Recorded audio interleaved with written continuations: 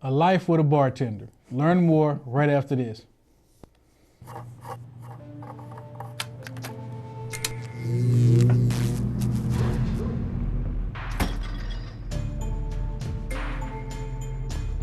Traditional light bulbs actually generate 9 times more heat than light. Switch to Energy Star light bulbs, and you'll realize just how much cash you are really burning through. Saving energy saves you money. Learn more at energysavers.gov.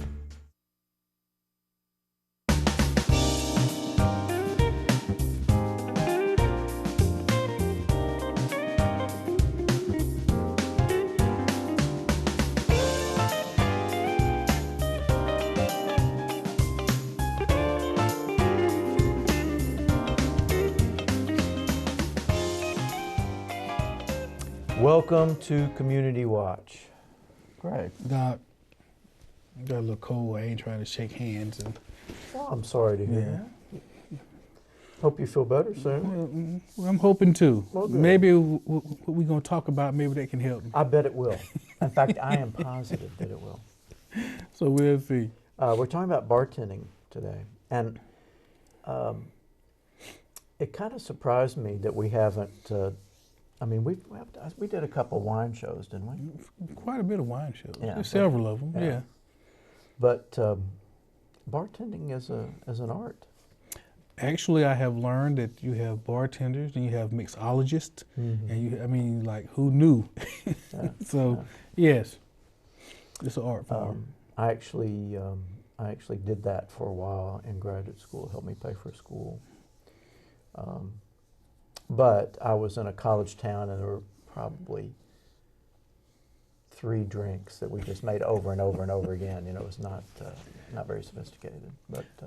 Well, it'd be interesting to talk, to learn more about it, because I have learned over the years, no 2 drinks are the same, and depending on where you go, the variants could be great from one restaurant to the next for the same drink. So it'll be interesting. Yeah. So we have a expert bartender. I think he would safely say the best in town. I guess we're very close anyway. Hey, Definitely, right? works for me.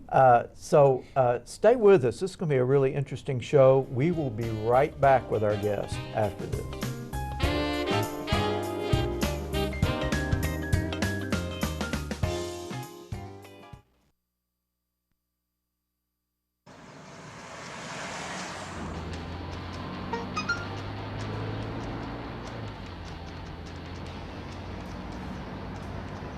The average text takes your eyes off the road for nearly 5 seconds.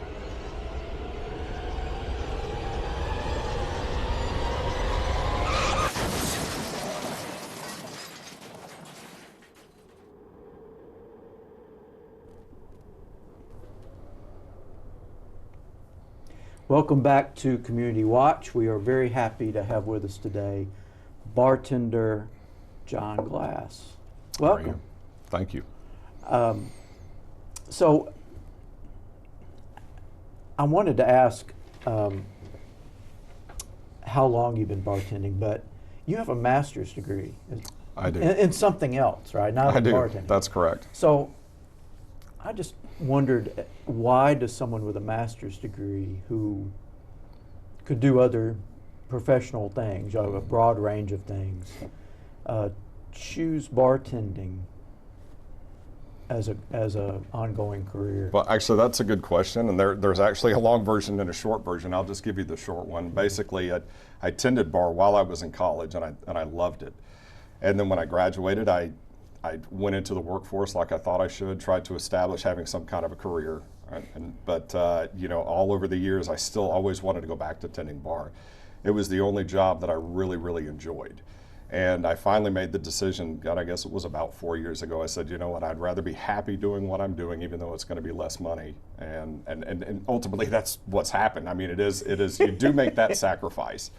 Deciding to spend more time with your family, in my case, my 2 young boys, and not focusing on a career where you're working 40 to 50 to up to 60 hours a week. So you give up that money in exchange for doing something you love, and that's ultimately why I made that decision, and I've never regretted it. So you know, it's been, I guess, 3.5 years now. I've been back behind the bar again. All in all, 23 years tending bar. Even when I worked for the state of Georgia for several years, I was still attached to the profession. I helped a friend open a restaurant, private parties, weddings, stuff like that. But again, it's always been my favorite thing to do is tend bar. So it was, you know. Now, you can, or at least I feel like I can tell the difference between somebody who is working behind a bar just as a job. And I guess this may apply to every career, but the difference between somebody who's just doing it to work and somebody who is doing it seriously as a craft, as an art. And you very clearly take it seriously, and it's obvious that you enjoy the job, but also there's a level of professionalism that you embrace, I guess is the right word. As far as the craft itself, yes. I don't know if anyone's ever accused me of I was professionalism about to say, before. wait a minute. It's just like, but the craft of it itself, I do take very seriously, yes, and I educate myself constantly on it. So it's an ongoing thing. When I leave work, not every night, but most often, you will find me on the computer looking at different things that may be trending in certain regions of the United States, and in some cases even certain regions of the world, you know, and just seeing what's popular, where and why.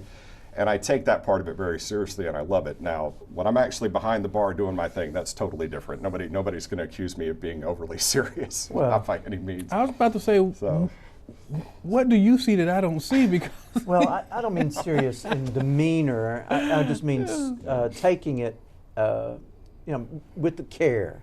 You know, doing your job with care. So I think that's something you may notice as a bartender, because John is good. You know what I'm saying? But I think that insight as a bartender, you probably see things that some of us never even pick up on. Well, maybe. Yeah, but I do know that.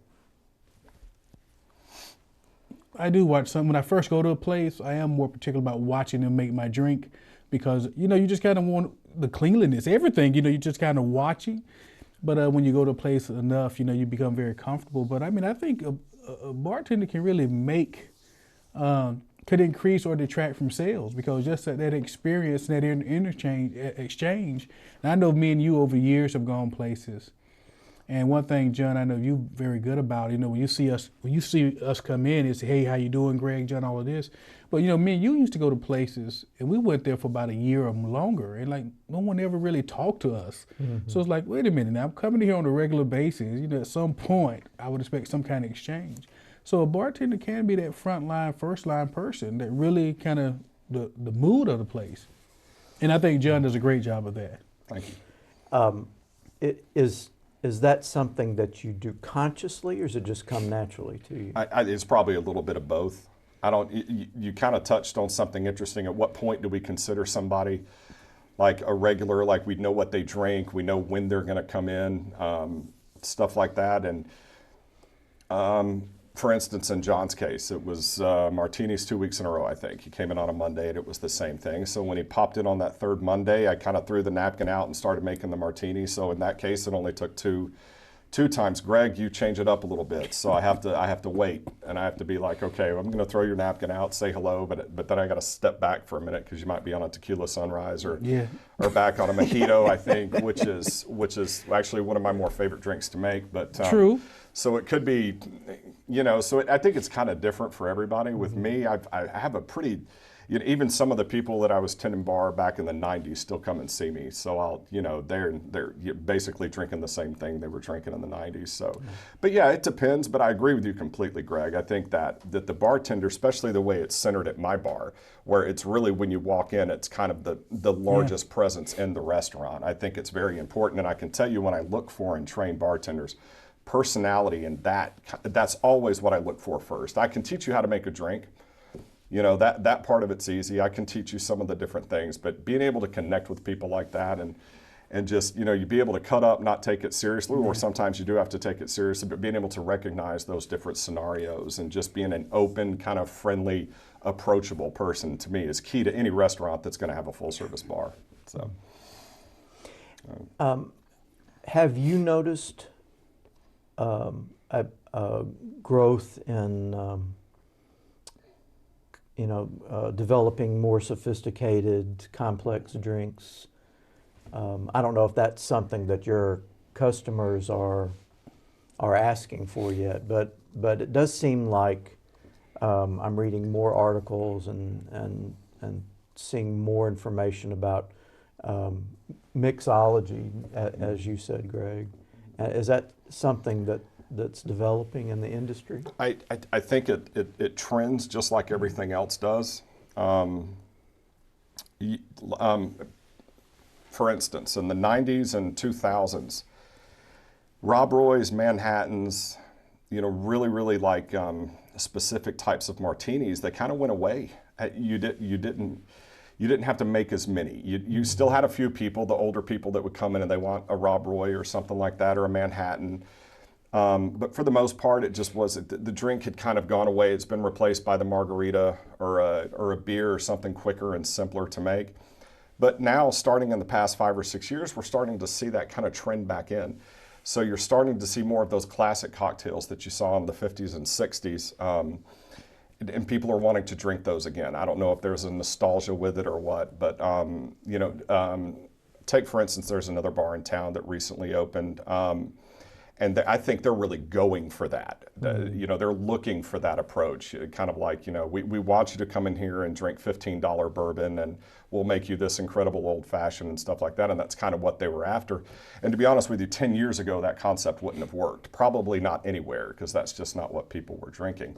But right now, we are definitely going through a trend where people are trying to, I don't know what the best word would be, but layer is probably a good word, but it's layer upon layer upon layer. I mean, to the point now, a huge trend right now is using egg whites in drinks. Something that you used to drink like a Tom Collins, which you don't really sell much anymore. All of a sudden, we're putting an egg white in, and it's like the whole big thing again. And I can't really taste the difference, but yeah, right now that's the phase we're going through. 5 years from now, we might be back to craft beer and something basic like rum and Coke or whiskey and Coke or bourbon. But right now the trend is definitely, let's get as much in there as we can So now you work at O'Charlie's, which is I guess kind of a bar where you have, I would guess, the full range of customers, some that just want a draft beer and others that want something a little more sophisticated. So, but is it a place where you develop signature drinks that are nowhere else? Are you into that kind of creative phase? Is that something you? Well, O'Charlie's now, at the O'Charlie's in Rome, we're a franchise. Okay, we're not. We are part of. Obviously, we're part of O'Charlie's, but we're a franchise, which it does allow us to do. We have a little flexibility behind the bar, but we still are part of the O'Charlie's brand, and they do put parameters on what we can do. So, as far as getting like super creative, I can create a drink, and I've created several in my time tending bar. But as far as being able to market it and put it out there, we can't. We're not structured so that I can do that. However, if it's someone that knows me, and this is a drink I made for them in the 90s, they'll come in and see me, and I'll be able to put it together for them. Yeah. But O'Charlie's tells me what I can put on our drink menu, and so we are a little bit limited in that capacity there. Not that we can't still have a wide range. I mean, it's not. It only limits what I can like advertise and say this is what we have. And, But if I come in and say I want this particular drink, then if you have the ingredients and all that, you can make it. Absolutely, yeah, without a doubt, and I'll make it good too. Yeah. And Tom Collins used to be my drink. You remember that? I don't remember that it was your drink, yeah, but I remember. I haven't heard Tom Collins in years. I wonder what happened. What happened to it? It's interesting that. Like I said, they trend in, they trend out. Yeah. Like 10 years from now, it may be a popular drink again. But right now, it's not one of the things people are calling for. So.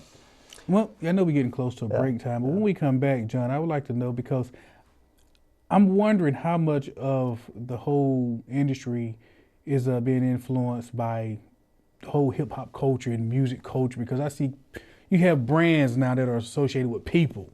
And the sales I know have to be high, but I'm just wondering how many young people come in and really they're ordering drinks, not because they're really a connoisseur of anything, but just because this is like I said, a trend. For instance, like you have some Sean Combs, Puff Daddy. You got people that are particularly with certain brands, and you see it in the videos and things like that. And I just, when we come back, I want to talk a little bit about that, because a lot of times, what I learned from you, people pay for well-crafted, aged alcohol, but then they mix it. And so it's like you're paying for one thing, but you're doing something else to it. So when we come back, I want to talk a little bit about that. Okay. Stay with us. Much more after this.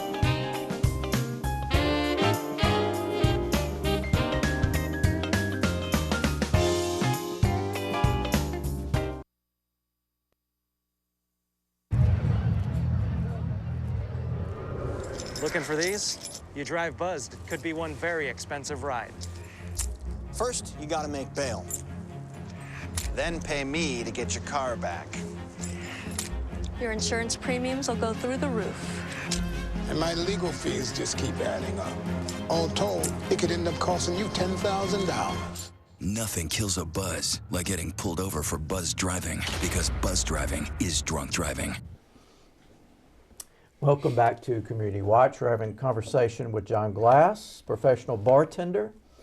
And the first thing I want to ask in this segment is, Greg, do you know what Puff Daddy drinks? I know what he sells. Oh. I know the brand he aligns himself with, and Snoop, and a lot of, you have a lot of these artists that are aligned, clearly been paid, and they align themselves with a brand. And I just hear young people talking about a particular brand. I'm just always wondering, do you actually like it, or is it just because that's what's in, that's what's in? And so I'm just, because I know over the years with you, I've learned a lot about alcohol, different flavor profiles and different things. But I just wonder, John, how many people come in and, they really order stuff, but you can tell as a bartender, they're not really, they're ordering, but they're not ordering. They're just getting what they've heard or something, because clearly you don't buy a well-aged bourbon and mix it with Coke and other things. Well, obviously, that would not be preferable to me. I mean, that's not the way I would drink it. But to give you an example of what you're saying, back in the 90s, when I was still in college, I worked at a nightclub called Shakers here locally. And I can tell you, oh gosh, I'm sorry, I'm trying to, Snoop Dogg came out with a song, and I don't know if it was called Gin and Juice, but there were many references to gin and juice. And I can tell you, when that song came out, we had a huge spike in the amount of people that would come and order gin and juice, which is, really it's just gin and grapefruit juice. There's nothing really special about it. It's just, it's been around for years. It's a salty dog or a Greyhound with gin instead of vodka is what it is. It's been around forever. But yeah, during that time when that song was popular, and Snoop Dogg, and he may still be around, I don't know, but when he was, very popular, that drink, went through the roof. I mean, there was, we were selling a ton of them.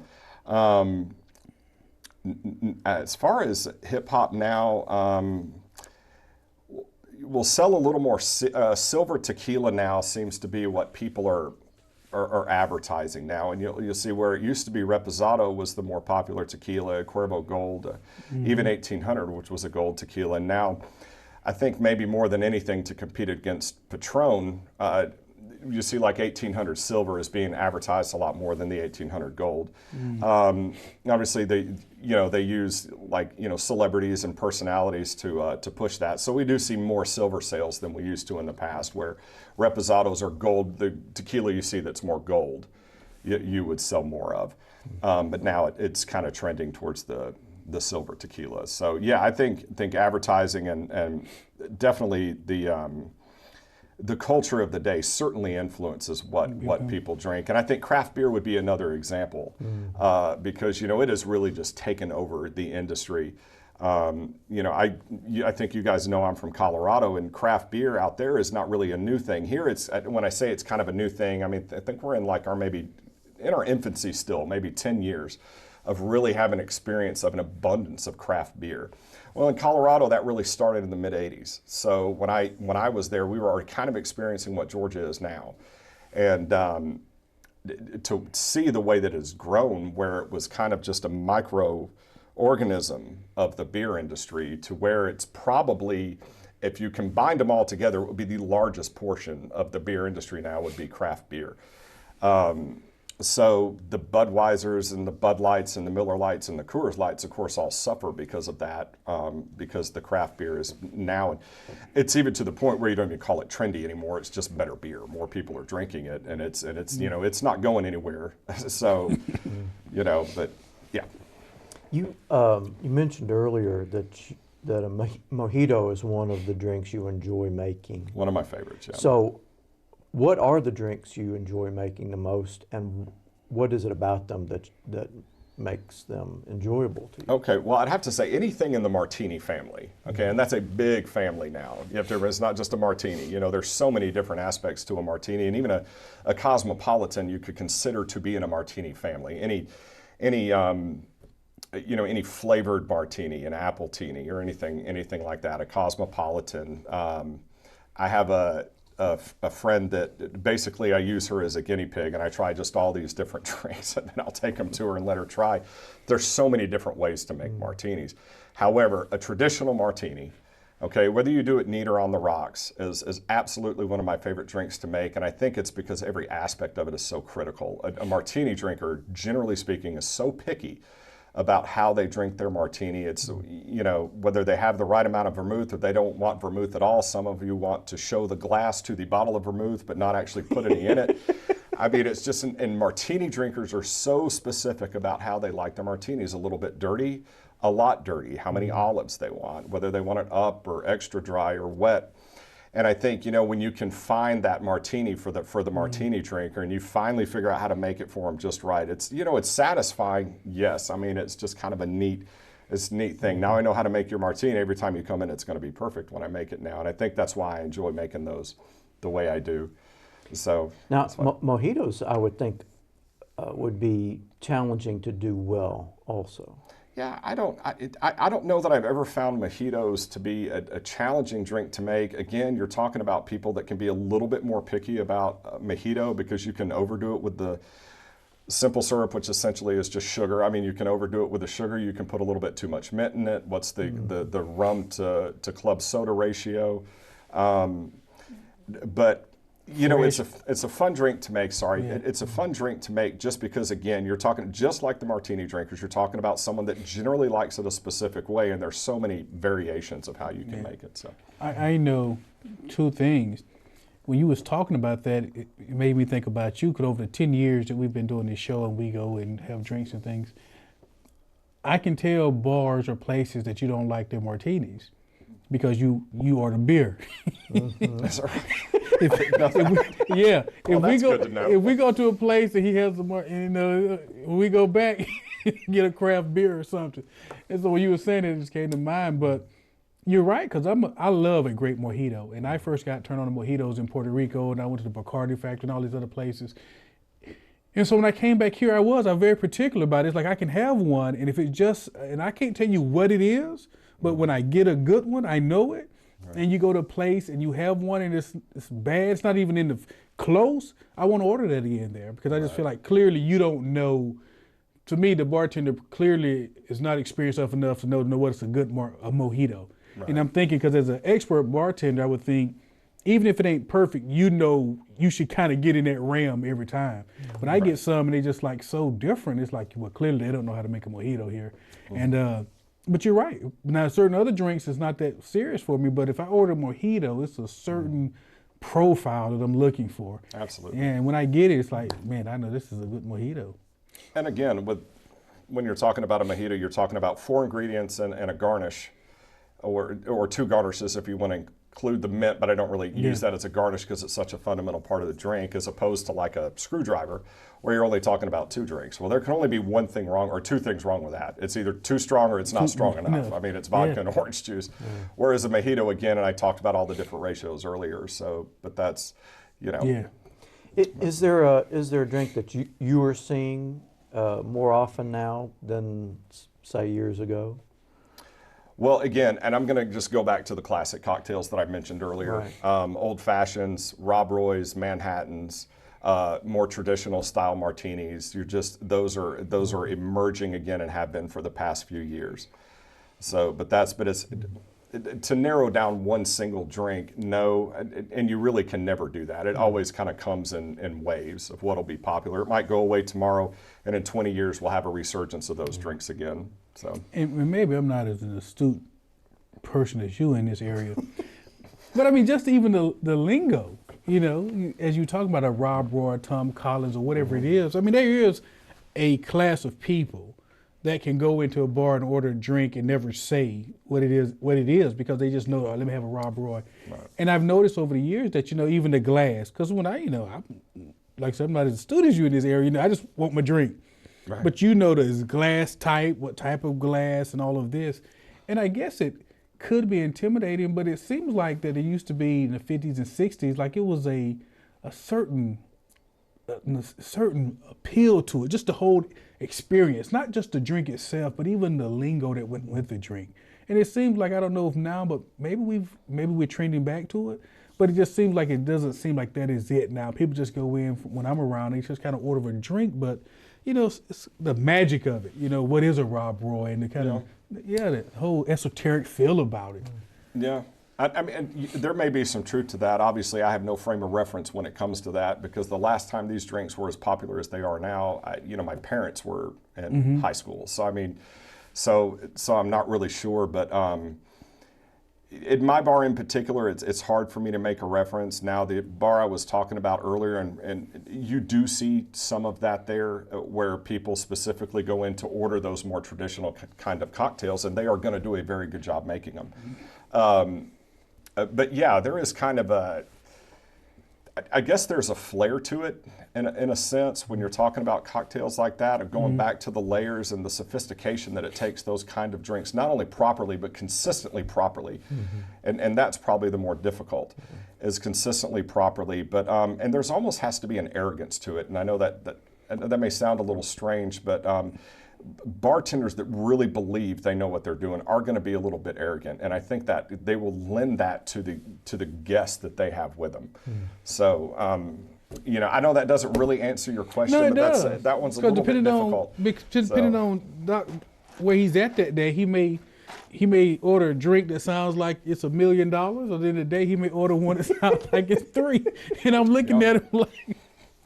But I'm just saying it could be a lot of fun just in learning about the industry itself versus just going in, let me just have a Crown and Coke. I mean, but just learning the whole lingo of it, I think may have been lost somewhat in this younger generation because it's just so easy to go in, let me just get this and get that. But without that whole nostalgia piece of it, of the old era of what it is. Like you asked Tom Collins, what is a Tom Collins? What's in a Tom Collins? Right. And I just think maybe that's a class we need to do. I think that'd be great. I think it's a great idea. We got to take another break, though. Stay with us. We'll be right back after this.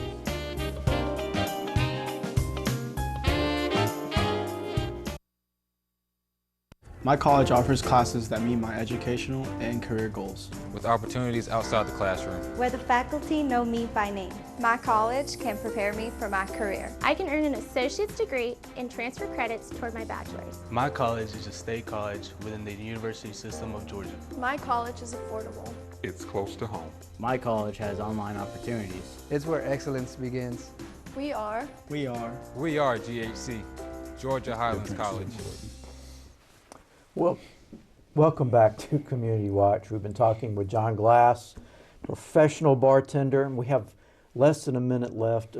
If you had any advice for your customers, what would it be? What would you tell customers at a bar? Tip well, I'm guessing. Yeah, that's always a good one. Definitely tip well. Believe me, it only benefits the customer. Trust me.